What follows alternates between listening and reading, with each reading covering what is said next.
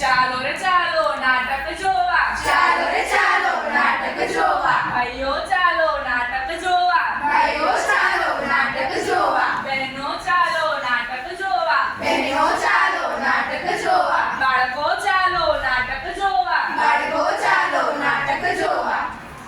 પણ મિત્રો, શાનું નાટક? શેરી નાટક. શેરી નાટક પણ શાનું નાટક? આપણે આપણા સૌથી મહત્વના હક અને ફરજોનું નાટક. આપણે આપણા મહત્વના હક અને ફરજોનું એટલે શું? જાણવું છે? હા, મારે જાણવું છે.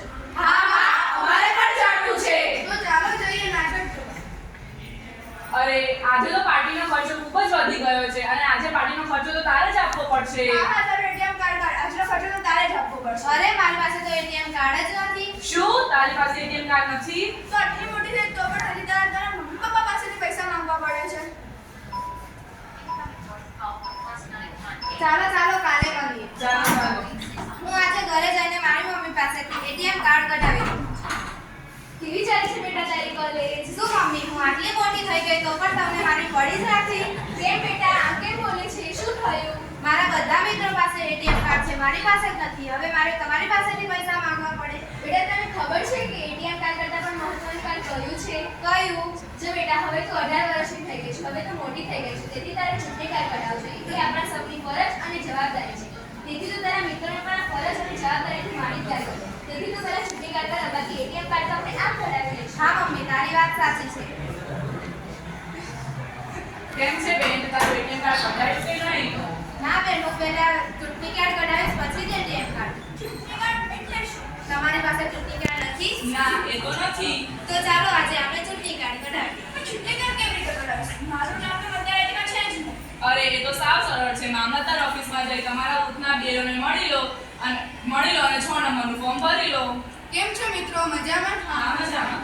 શું તમને ખબર છે ગવર્મેન્ટે આપણને ઓનલાઈન વેબસાઇટ આપી છે? એ વેબસાઇટનું નામ ઇલેક્શન કમિશન ઓફ ઇન્ડિયા છે. ઇલેક્શન કમિશન ઓફ ઇન્ડિયા આપણને ઓનલાઈન ફોર્મ ભરવાની સુવિધા કરી આપી છે. મેં પણ મારા મોબાઈલમાં એપ ડાઉનલોડ કરી છે. હું મારું ફોર્મ ભરીશ અને મારા મિત્રોને પણ શીખવાડીશ. અરે સરકારે કેટલી સારી સગવડ કરી આપી છે. આજે તો એક ખૂબ જ મહત્વનો દિવસ છે. શું તમે બધા જાણો છો આજે કયો મહત્વનો દિવસ છે? ના, અમને નથી ખબર. શું છે આજે?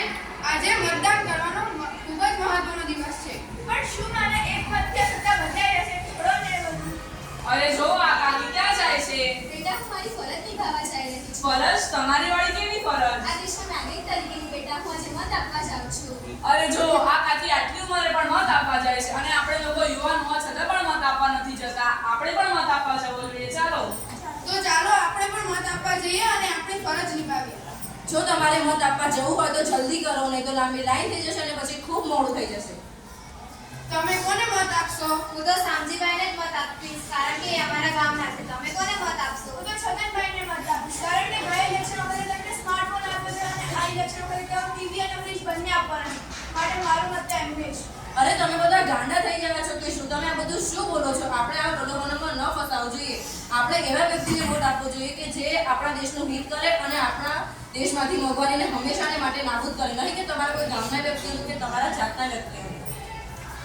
અરે મારા મિત્રો, આપણને મત આપવાનો અધિકાર મળ્યો છે, માટે આપણે એ લોકોને મત ના આપવો જોઈએ કે જેને તમારી કાંઈ ચિંતા નથી, જે તમારા દેશને ભ્રષ્ટાચારી બનાવે છે. પરંતુ એને મત આપવો જોઈએ કે જે તમારા દેશને આગળ લાવે છે અને ગરીબાઈથી દૂર કરે છે.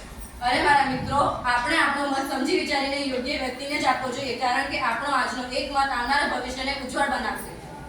વિચારીને કરો ભાઈ, વિચારીને કરો. મતદાન વિચારીને કરો. વિચારીને કરો ભાઈ, વિચારીને કરો. મતદાન વિચારીને કરો. મતદાન આપણો અધિકાર છે. મતદાન આપણી ફરજ છે.